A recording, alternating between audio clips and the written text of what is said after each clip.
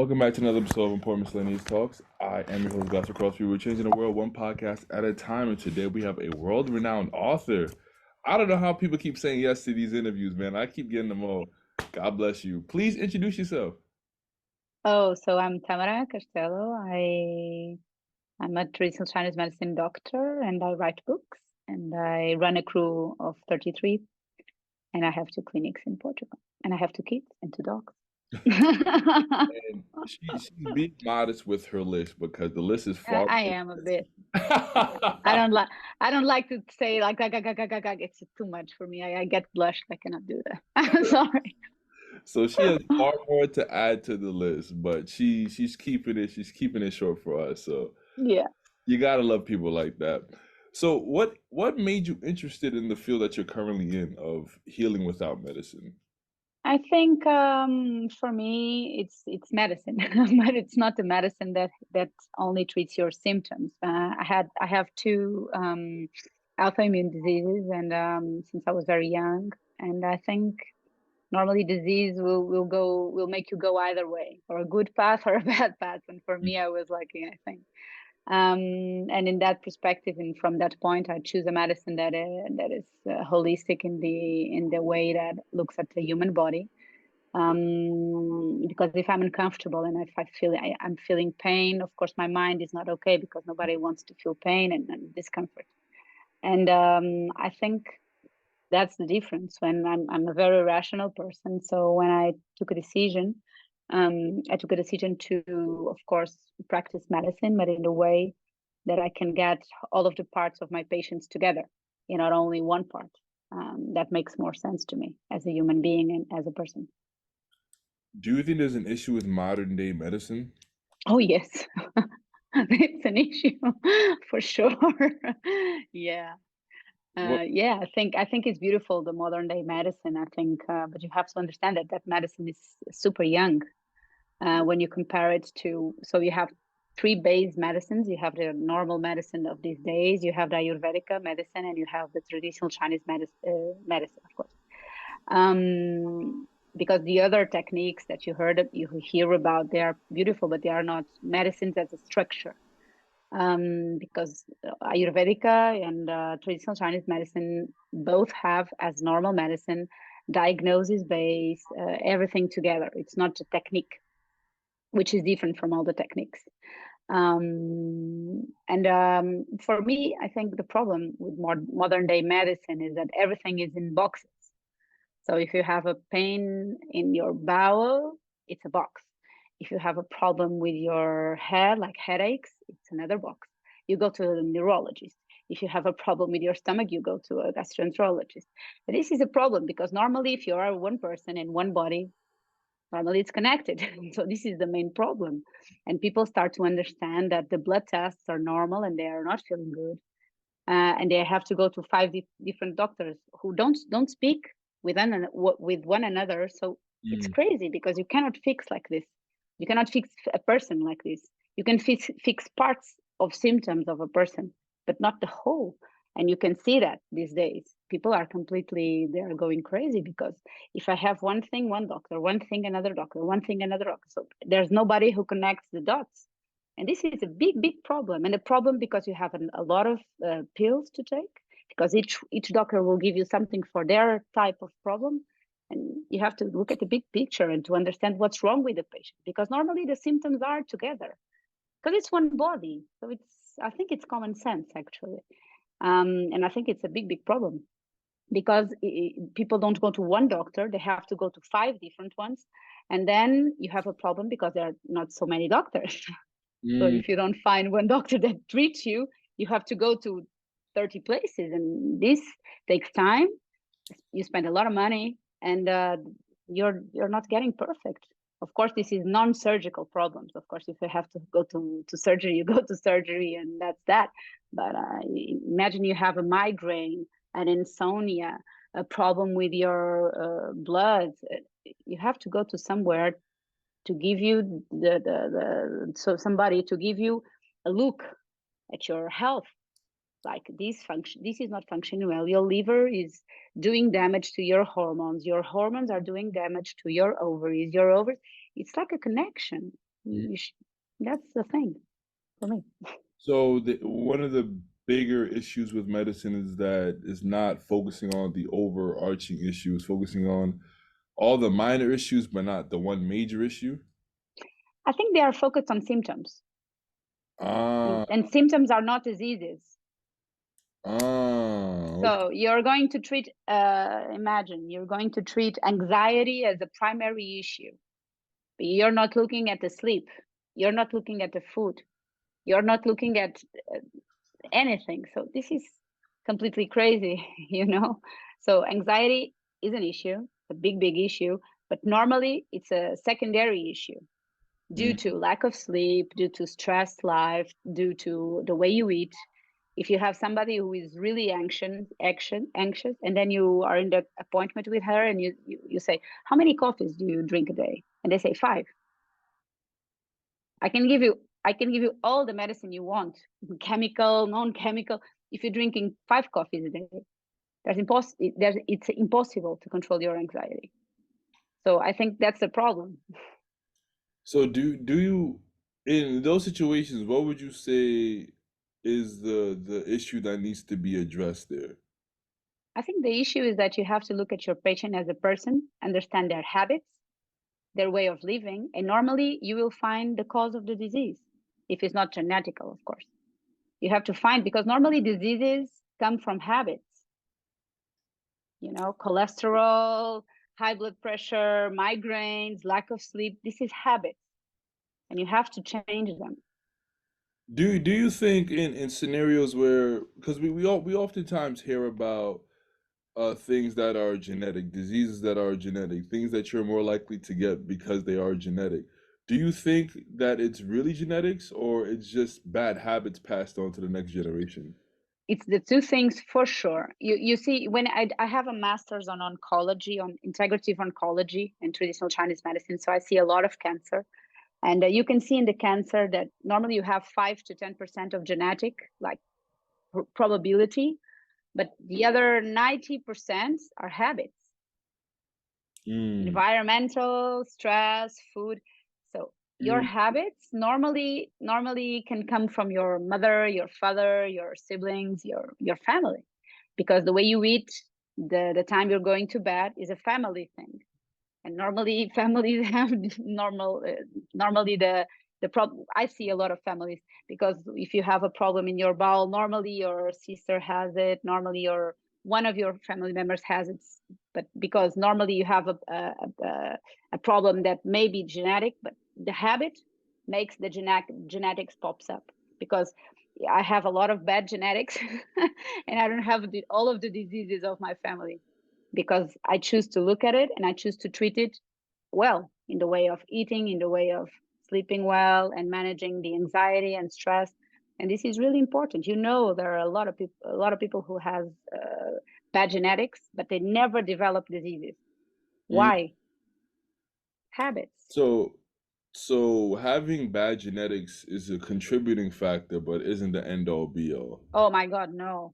You Because the genes are not all activated at once. You can get them activated.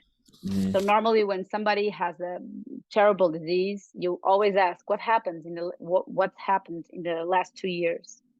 Normally because there's a moment who change something about your normal way of functioning that gives you a disease mode normally. So you can activate or non-activate your genetics. Depends on your habits, actually, and your hormones and a lot of other things, but to make it simple. Got you. If you could give the world one health tip, what would you be? What would it be? Sleep 9 hours. 9 adults Yes, included? adults. Yeah, nobody likes this one. I know. I'm sorry. I'm terrible. Yeah, you need to sleep. It's a problem. You Yeah. have a lot of problems with sleep these days, and your body don't get. It's not rested, What and if you cannot eliminate toxins from your body if you're sleeping 7 hours a day. That's impossible. not even 8? If you're a man, 8 will do, but if you're a woman, 8.5 to 9. It's perfect. Interesting. Well, why the difference there? Oh, because we are much more complicated in terms of hormones. Interesting. Um, we have a lot of changing hormones and changing of activities in the adrenals, in the pituitary gland, a lot of glands in the thyroid, and actually they are connected with our bowel as well. So we need a little bit more sleep to put it all together. We have a different metabolism, a little bit more complicated than men, Why is sleep so important? because you do everything in your sleep. You clean all your organs. You're cleaning your brain from toxicity. You're basically, it's like a shower to your cells. You're Mm, showering your cells, you know, like shh.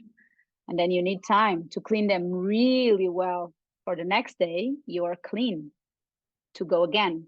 If you don't do that, you accumulate toxicity, and then you're tired, and then your hair is falling, and then your skin is like getting it's aging, of course, and your bowels are not perfect, and your weight start to increase a bit, because if you sleep less, you gain a little bit of weight, and everything is beginning to get, it's not a disease, but you starting to get unbalanced. And for women, this is amazing to sleep. And then you clean all of your body, you wash your beautiful cells, and then in the next day you can start over again. And this is really, really important. If you don't sleep, sometimes I say to my patients, if you're not going to sleep, I will not treat you, because this is stupid. You know, I'm just cleaning and cleaning, and then you're not doing your part, which is sleep. mm, It's not a big deal. It's just go to bed, man. You're yawning, go to bed. Respect it. And yeah, wow. nobody likes this one. I know. Yeah, I mean, I think it's just more important about time management. I think that's probably the biggest issue there because That's not a big issue, because when you sleep 9 hours, your day, it's completely different, because your brain works faster. Yeah, your brain works faster. You're more focused.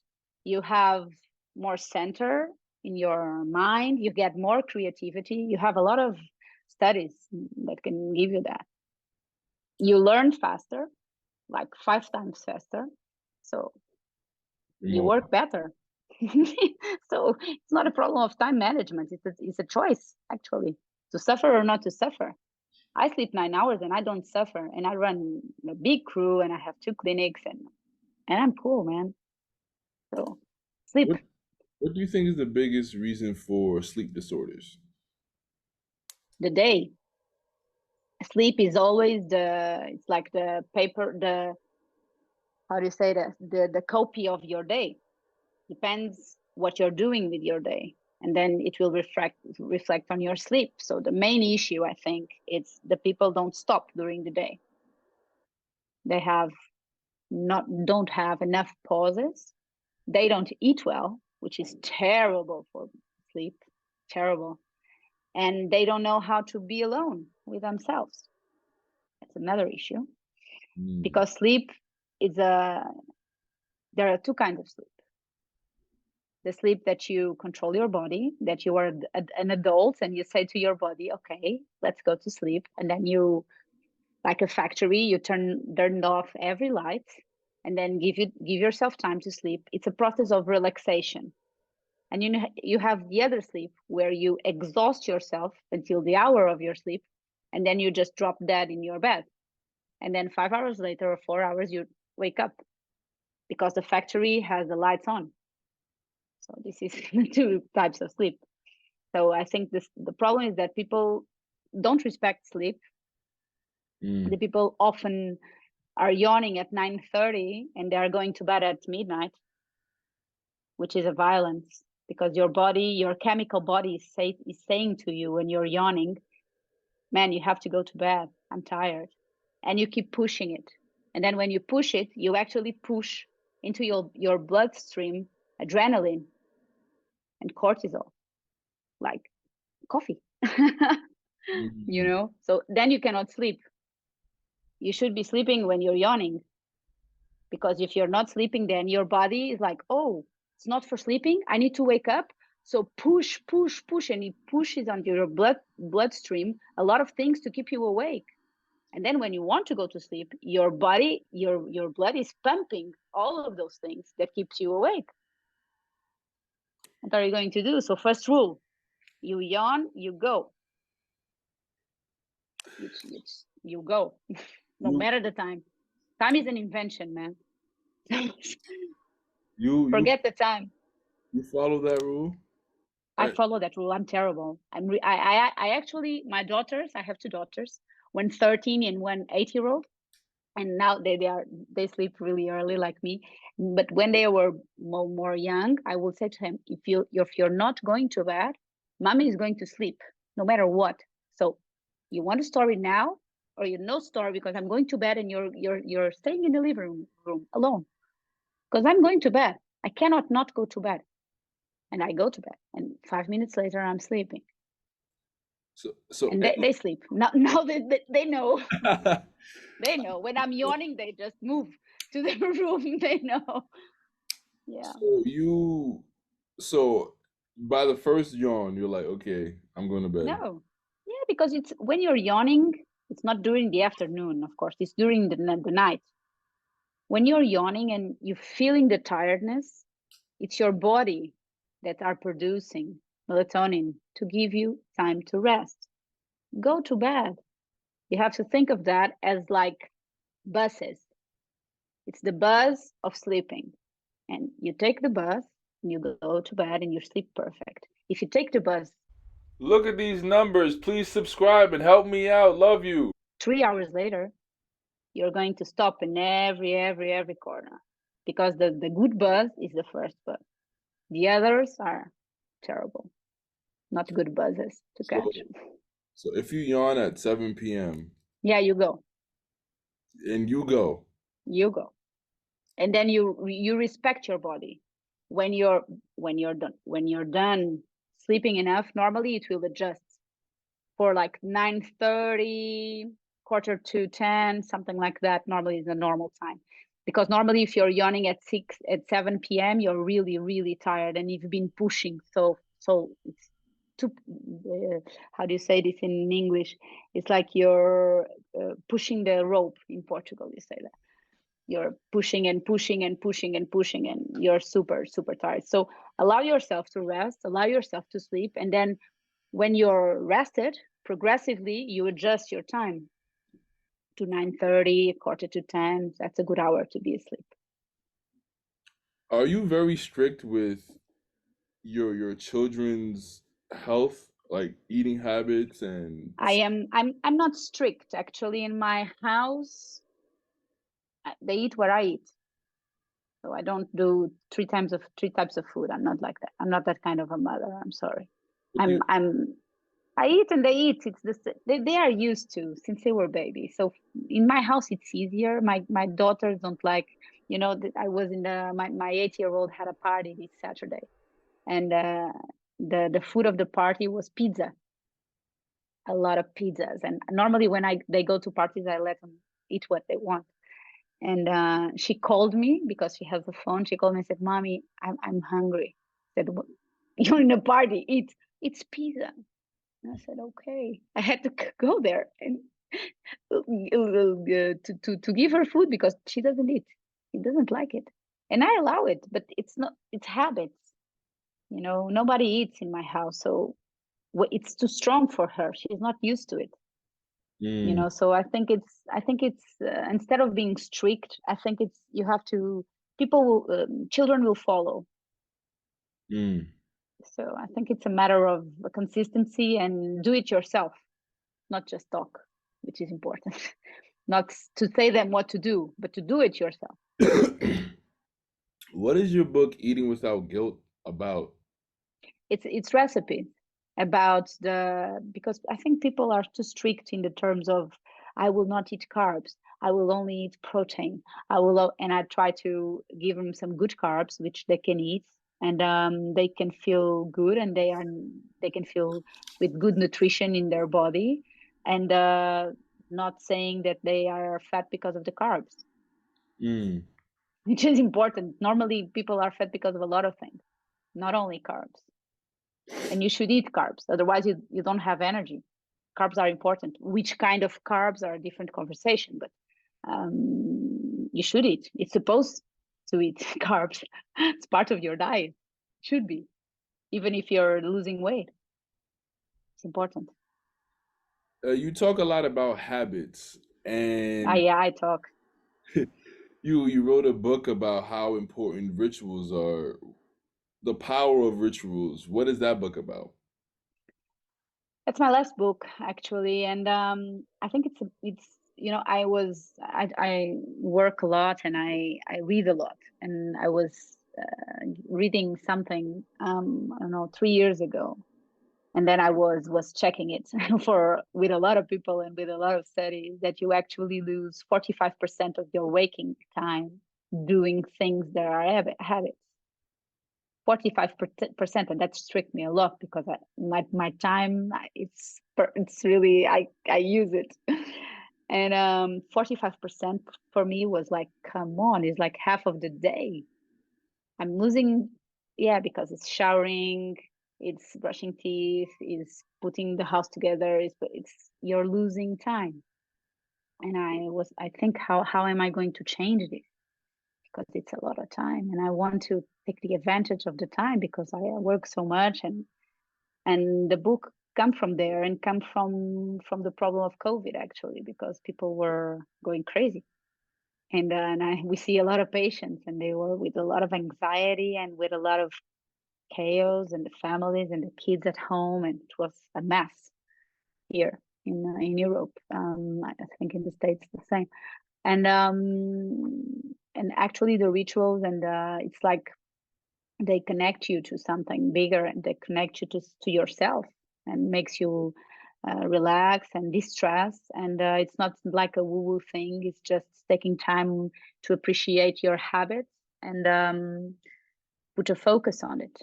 It's like, just use the time and use it to make yourself a goal for a month, or make yourself a goal for your career or your way of being, or exercise or whatever. But you do it with your mind, and you do it with yourself, with focus, using the time you already spent actually, which is the most important thing.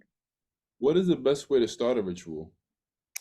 I think it's normally I say to my patients, you write for 1 week all the habits that you find repeated, like washing the dishes, brushing the teeth, the things you do every day, every single day. Then normally you choose three, and then like brushing teeth, showering in the morning, and making my coffee.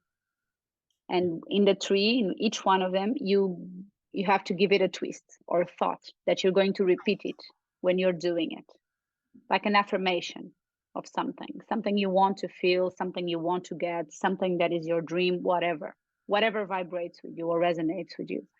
And then when you're doing the thing that you do every day, you're just talking to yourself with your own mantra.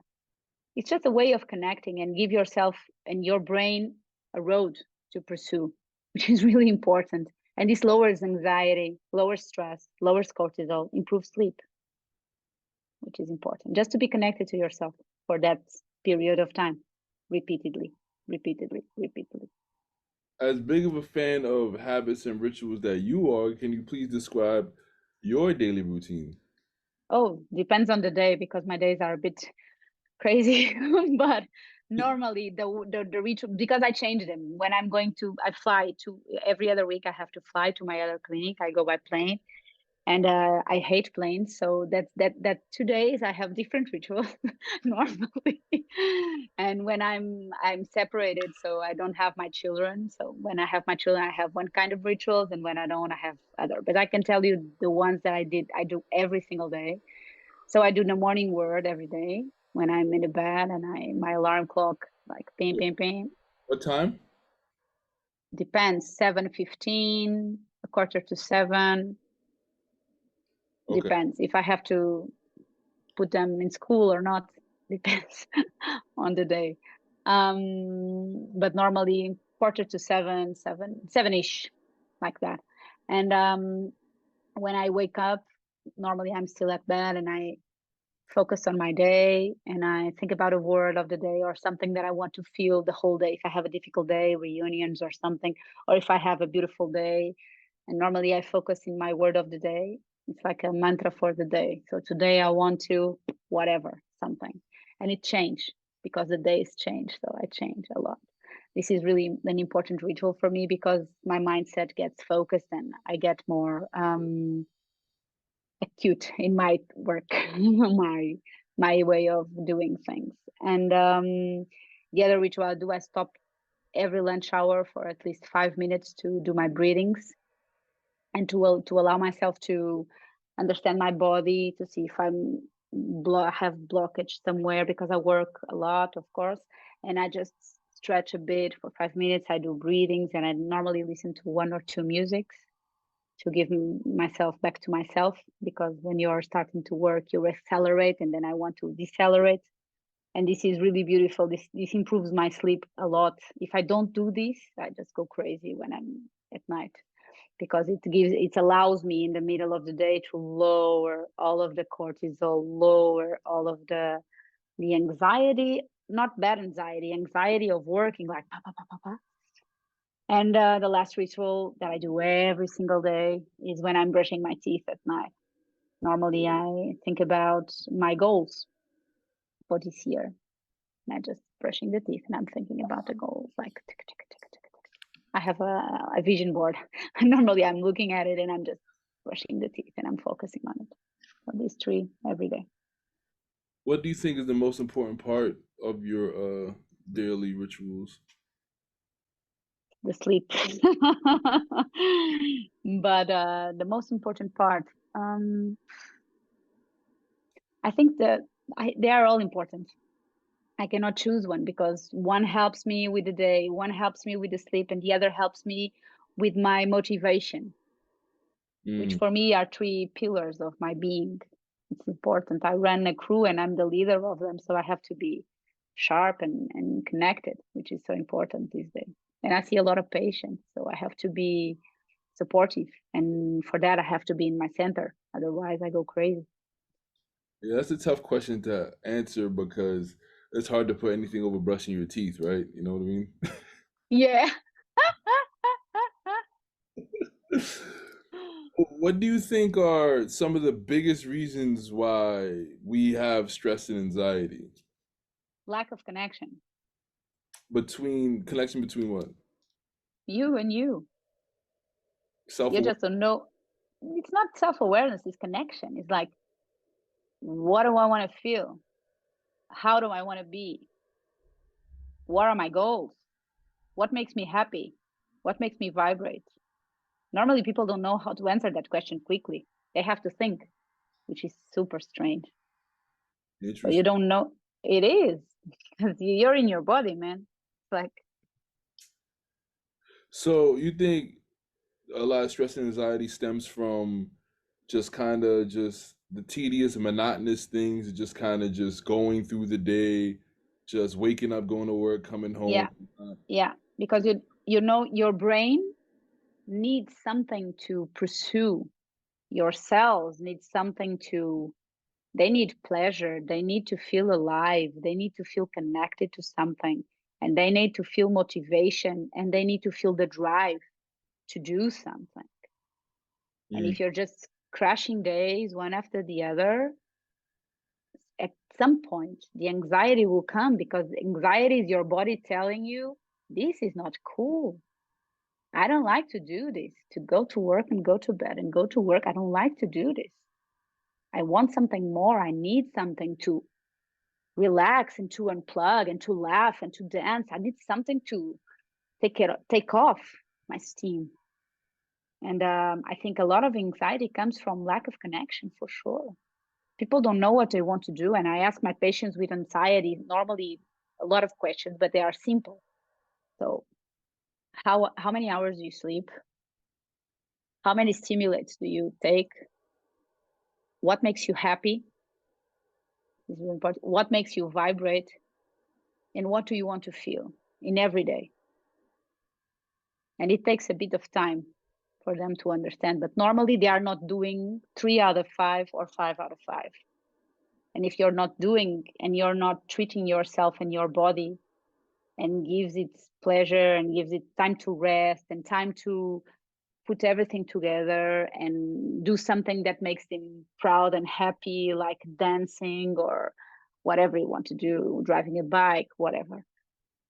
You have to find a space for happiness somewhere and connection and rest and good food. Otherwise, you're just completely out of balance, and it will show at any point with any kind of disease or symptom, because it's impossible to live like that in a good health, in a good way. What do you think is the best way to combat that? The stress Ritual, rituals? connection. Yeah, to understand what you want. I think that's the main thing. If you're not doing, normally I say to my patients, okay, you are really stressed, but you're running towards what? What's the goal? Mm.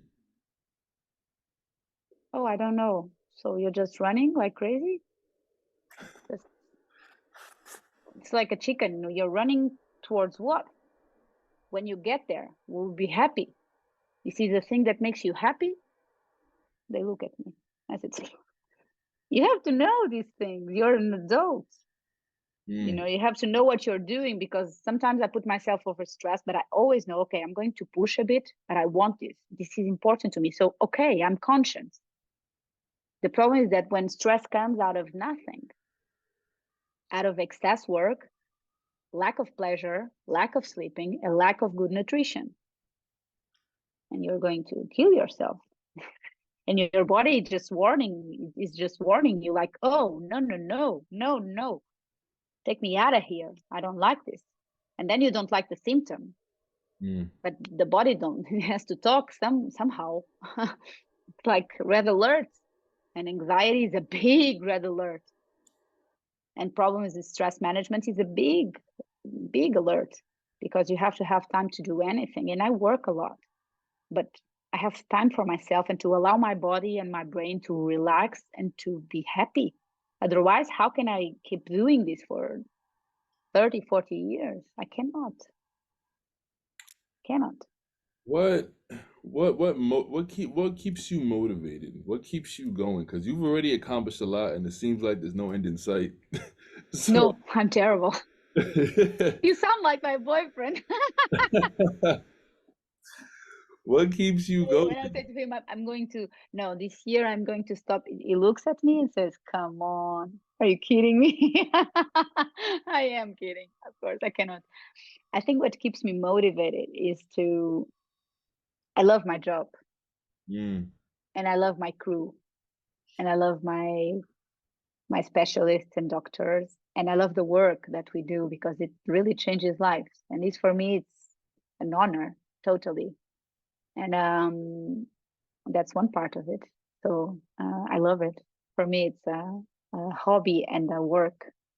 Um, and my motivation is people. They get better, I get motivated.